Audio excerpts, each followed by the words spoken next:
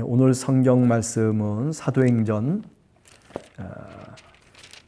2장 1절에서부터 4절까지 말씀 읽도록 하겠습니다.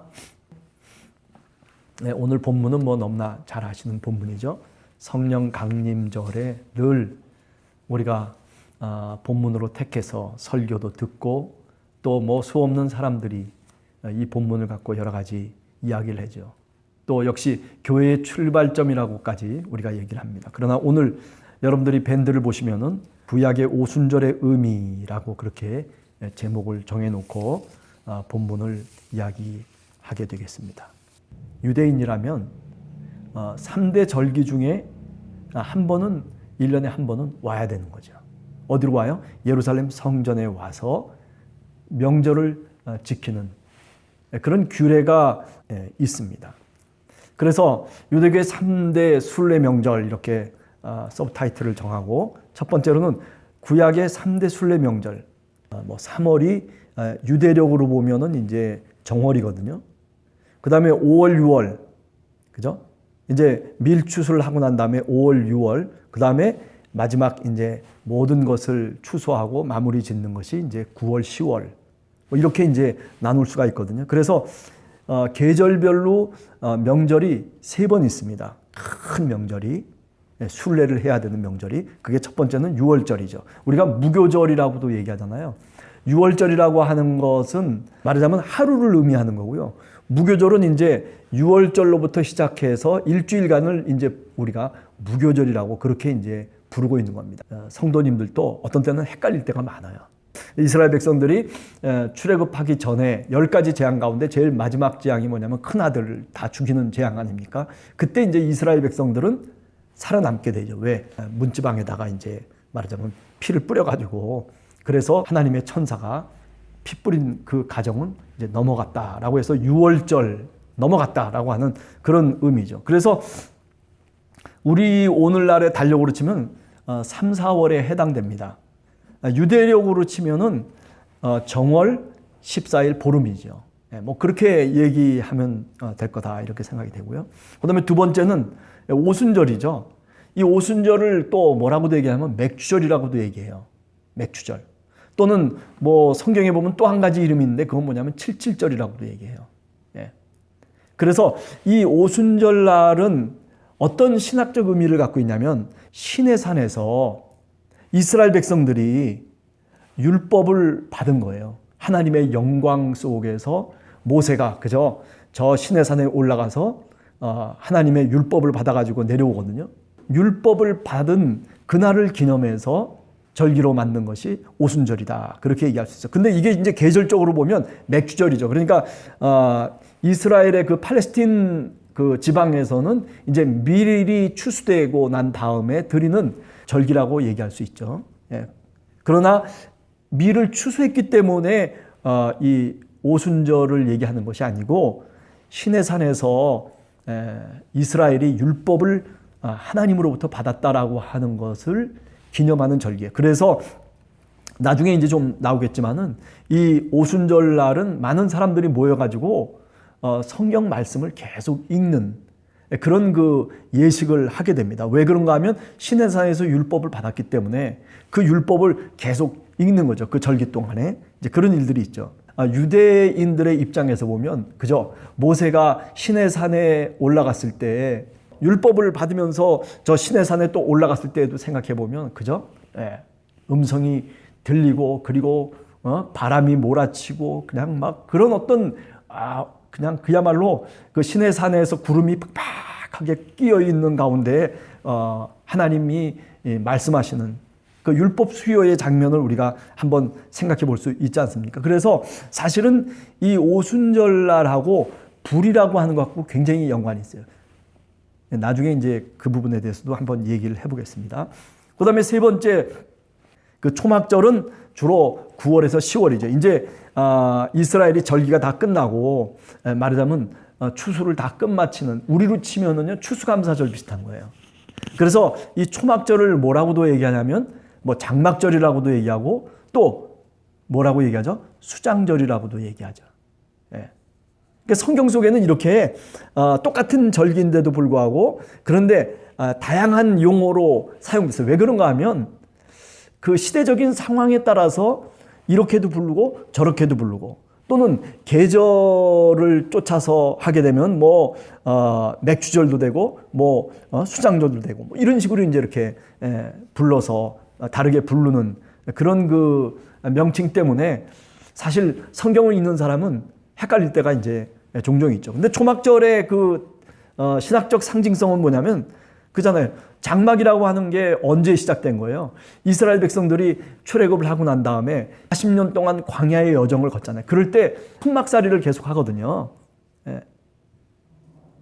바로 그 천막살이 하던 이스라엘 백성들이 그 과거를 기억하면서 이제 우리가 살아가는 인생의 길이 어떤 것인가 하는 것들을 좀 더 신학적으로 이해하고 하나님이 우리의 삶을 인도해 가신다라고 하는 그런 굳건한 믿음을 표시하는 것이 뭐냐면 이 초막절이라고 그렇게 얘기할 수 있죠. 추장절이라고도 얘기해요. 그 한 해 동안 추수한 것들을 다 말하자면 창고에 저장하는 그런 그 절기라고 해서 또 이 초막절을 수장절이라고도 얘기해요. 그러니까 역사적인 어떤 사건을 통해서 보면 초막절이고 그리고 계절적인 모습을 통해서 또 이 절기를 얘기할 때는 수장절이 되는 거죠. 오순절도 마찬가지예요. 오순절도 말하자면 칠칠절이라고도 하지만은 밀을 추수하는 계절적인 의미로 해서 보면 그건 맥주절이라고 얘기할 수 있고요. 그런 거죠. 근데 오늘 우리가 오순절날이라고 하는 것은 밀 추수 후에 지키는 명절이죠. 그래서 레위기 23장 15절에서부터 17절에 보면 이 날을 꼭 지켜라. 그렇게 율법으로 명시가 되어 있고요. 그 다음에 6월절 후에 7주가 경과한 후 그 다음 날. 그러니까 다시 말하면 7주가 경과됐다는 것은 77이 49, 49일 다음에 50일째가 오순절이 되는 거예요. 그래서 그걸 보통 우리가 펜테코스테라고 그렇게 헬라 말로는 이야기를 하거든요. 그래서 77절이라고도 다른 이름으로 불리기도 합니다. 그러니까 밀을 말하자면 거둬들이고 난 다음에 하나님께 드리는 그런 감사의 명절이라고 그렇게 얘기할 수 있는 거죠. 그러나 이 오순절이라고 하는 것은 그런 어떤 계절적인 요인보다는 어떤 의미가 더 강하냐면 이스라엘이 하나님으로부터 계명을 받은 날.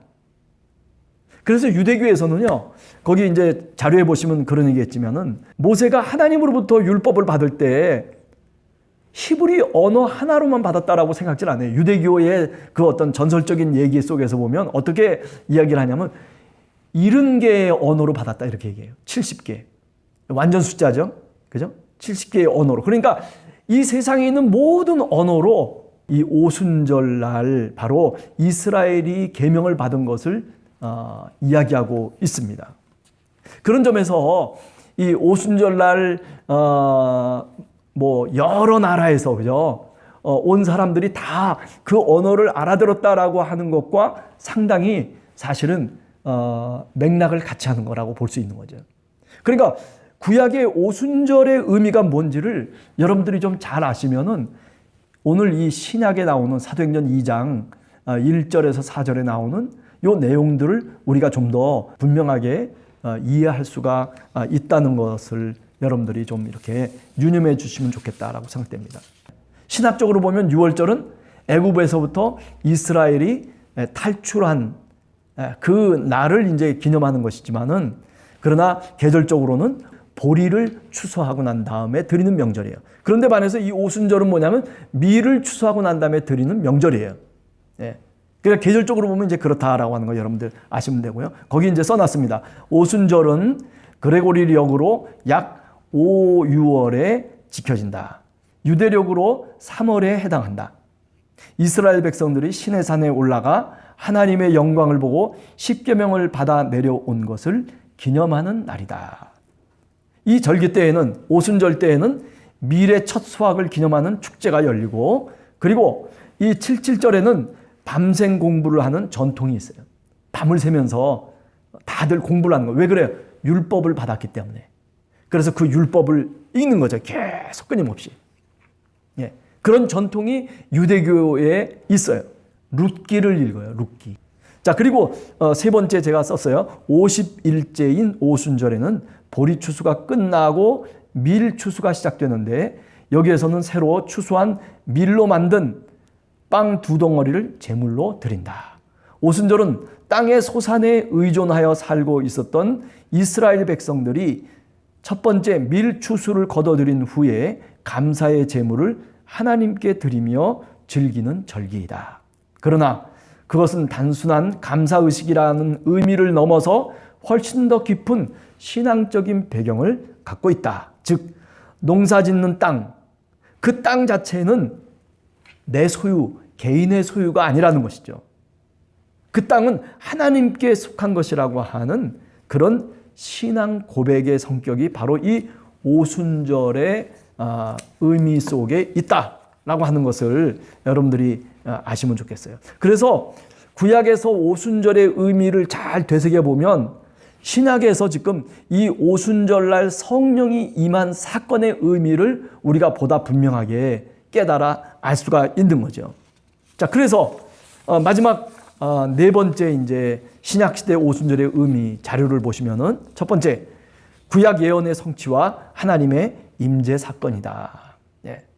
그죠? 2장 1절에서부터 4절을 보면 불이라고 하는 게 나오죠. 불꽃. 예. 이거는 출애굽기 3장 2절에 보면 하나님께서, 그죠? 모세를 부르시고 그리고 모세에게 소명을 주실 때 바로 그 불 가운데서 하나님이 모세를 불러요. 그리고 내가 네 조상의 하나님이다. 네 백성을 구원하라. 그렇게 사명을 주시는 그 모든 장면이, 다시 말하면 이스라엘의 역사의 출발점이 어디로부터 출발하냐면 불이라고 하는 것에서부터 출발하고 있다는 거예요. 오늘 오순절날 불이, 그죠? 불이 혀같이 갈라지는 그 모습으로 임한다라고 하는 것은, 그것은 벌써 이미 구약 시대에 그 하나님이 임재하시고 하나님이 부르시는 그 장면을 우리들에게 이야기해 주고 있는 거예요. 그러니까 오순절날 성령이 임했다, 불같이 임하고 있다라고 하는 것은 모세를 부르셔서 사명을 주시고 이스라엘 백성들을 구원해 주셨던 것처럼 사명과 소명을 받게 된다라고 하는 것을 우리들에게 얘기하고 있는 거죠. 성령의 충만함을 받고 성령이 말하게 하심을 따라 다른 언어들로 말하기를 시작한다. 다국 언어로 말하기 시작한다는 거죠. 유대인들이 이해했던 오순절의 그 내용은 뭐냐면 바로 율법을 하나님으로부터 이스라엘이 받는데, 그런데 히브리어 자신들의 언어로만 받은 것이 아니라 세상의 모든 언어로 율법을 하나님께서 주셨다는 거예요. 그런 개념이 유대교에 있어요. 그래서 조금 아까 제가 말씀드린 것처럼 70개의 언어로 율법을 받았다라고 하는 그런 전설적인 이야기가 이스라엘 속에는 사실은 있어요. 그 왜 그러냐 하면은 율법이라고 하는 것 자체가 이스라엘만을 위한 것이 아니라 온 세상에 있는 모든 백성들을 위한 것이죠. 그래서 70개 언어를 얘기하고 있는 것이고, 이방인들이 전부 자신의 언어로 알아들었다라고 하는 이 방언의 이 이야기는 바로 오순절과 밀접한 연관성을 이미 갖고 있는 것이다라고 하는 것을 여러분들이 아시면 되겠습니다. 자, 그 다음에 급하고 강한 바람이 하늘로부터 소리가 있었다라고 하는 그런 2절의 말씀. 이 바람이라고 하는 것은 헬라 말로는 푸뉴마고, 그리고 히브리 말로는 뭐냐면은 르아흐라고 하는 말이에요. 이건 뭐냐면은 하나님의 영이라고 하는 영이라고 하는 말과 같은 거예요. 그러니까 오늘 이 하나님의 영이 지금 오순절날 초대교회에 120명의 사람들에게 임하고, 그리고 그들이 방언을 얘기하고 뭐 하는 이 장면은 하나님의 영이 임한다라고 하는 거죠. 그러니까 오늘 이 오순절날 이렇게 성령이 임하시는 이 장면은 이미 하나님의 임재하시는 이 놀라운 사건이 하나님의 성령의 역사하심이라고 그렇게 이제 얘기를 하는 거죠. 그게 바람과 함께 이제 말하자면 동반하는 사건으로 얘기하고 있는 것은 바로 하나님의 영이 지금 임하고 있다라고 하는 그런 표현 방식이죠. 더 나가서 이제 구약 예언의 성취를 얘기해 보면 요엘서 2장 27절에서부터 30절을 읽어보면 이렇습니다. 그런즉 내가 이스라엘 가운데 있어 너희 하나님 여호와가 되고 다른 이가 없는 줄을 너희가 알 것이라. 내 백성이 영원히 수치를 당하지 아니하리로다. 그 후에 내가 내 영을 만민에게 부어주리니 너희 자녀들은 장래 일을 말할 것이며 너희 늙은이는 꿈을 꾸며 너희 젊은이는 이상을 볼 것이며 그때에 내가 또 내 영을 남종과 여종에게 부어줄 것이며 내가 이적을 하늘과 땅에 베푸리니 곧 피와 불과 연기 기둥이라. 네. 그래서 우리가 이 신약시대의 이 오순절 사건, 성령 임재 사건을 어떻게 신학적으로 얘기할 수 있냐면 구약의 예언이 성취되는 사건으로 그렇게 얘기할 수 있어요. 그 요엘서에 이미 예언자가 예언한 그 날, 바로 그때가 이제 오순절날 성령의 사건으로 성취되어졌다라고 보는 거죠. 그 다음에 또 어떤 예언의 성취 또는 어떤 사건의 성취라고 보냐면 창세기 11장 9절 이하에 보면 바벨탑 사건이 나와요. 그죠? 11장 1절 이하에 보면 바벨탑 사건이 나오거든요. 그런데 11장 9절에 보면 언어가 흐트러져 버려요. 이 사람들이 하나님을 향해서 대항하고 하나님 꼭대기까지 올라가서 하나님처럼 되자 이런 식의 잘못된 욕망을 갖고 그리고 바벨탑을 쌓으니까 하나님께서 말하자면 그들의 언어를 흐트러 버렸잖아요. 그래서 서로가 다른 언어가 돼버린 거예요. 그런데 그렇게 다른 언어로 말하자면 흐트러졌던 언어가 이제 어떻게 다시 회복되는 거예요? 그죠? 이제 다 서로가 알아들을 수 있는 그런 언어로 하나가 되어버리는 거예요. 통합되어 버리는 거예요. 이게 뭐냐면 바벨탑 사건의 그 언어 흐트러진 사건의 종말론적인 성취 사건으로 보는 거죠. 네. 그러니까 이런 면에서 보면 신약시대의 오순절의 신학적 의미라고 하는 것은 바로 구약에서 예언한 바로 그 예언의 성취가 이제 종말론적인 성취가 이루어지고 있다라고 하는 것을 말씀하고 있는 거죠. 자, 오늘 그저 빠른 의미에서 간단하게 구약의 오순절의 의미를 우리가 한번 생각을 해봤고, 그리고 신약에서의 그렇다면 이 오순절의 의미가 어떻게 여러 가지로 표현되고 있는지를 우리가 한번 이렇게 저렇게 살펴봤습니다. 이제 주일 되면은 또 이 본문 갖고 또 다른 이야기를 하게 되겠지만은, 그러나 우리가 오순절이라고 하는 것이 구약에서 어떤 신학적 의미를 갖고 있느냐 하면은 무슨 의미라고요? 신의 산에서 이스라엘이 하나님의 영광 속에서 뭘 받았어요? 율법을 받은 것을 기념하는 절기가 오순절이다 하는 것을 여러분들이 꼭 기억하셔야 돼요. 그러니까 이 신약시대의 오순절도 마찬가지예요. 그죠? 왜 하필이면 오순절날 하나님의 성령이 임하셨는가라고 만약에 묻는다면 구약의 얘기를 해야 되는 거죠. 신의 산에 그 율법 수요를 받았던 이스라엘 백성들처럼 이제 하나님께서 성령을 통해서 예수 그리스도를 믿는 새로운 이스라엘 백성에게 율법을 수요하시고 성령의 법을 수요하시는, 불 가운데 임하시는 하나님의 말씀을 이제 교회에게 주시는 소명의 시간이기 때문에 오순절날 이렇게 성령이 임했다라고 얘기할 수 있는 거죠. 아시겠죠? 그러니까 오순절의 의미를 여러분들이 구약적 의미를 잘 알면 이 신약의 이야기도 금방 이해가 돼요. 왜 이런 일들이 일어났는가라고 하는 것을 금방 이해를 할 수가 있는 겁니다. 자, 그리고 난 다음에 또 한 가지 우리가 얘기됐던 것이 뭐죠? 예. 그렇죠. 예. 오순절날 그 무엇보다도 밤새도록 모여가지고 같이 뭘 했다고요? 그렇죠. 율법을 공부하고 그리고 기도했다라고 하는 거죠. 룻기를 그냥 계속 이 오순절날은 읽어요. 예. 그리고 무슨 옷을 입었다고요? 흰 옷을 입었어요.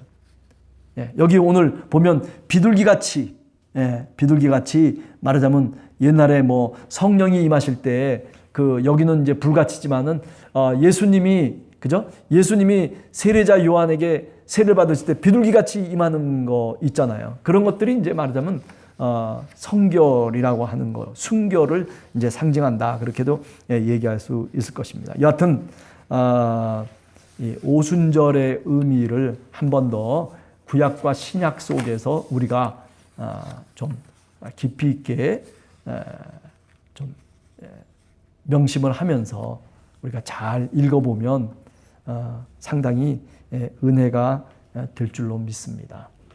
우리 같이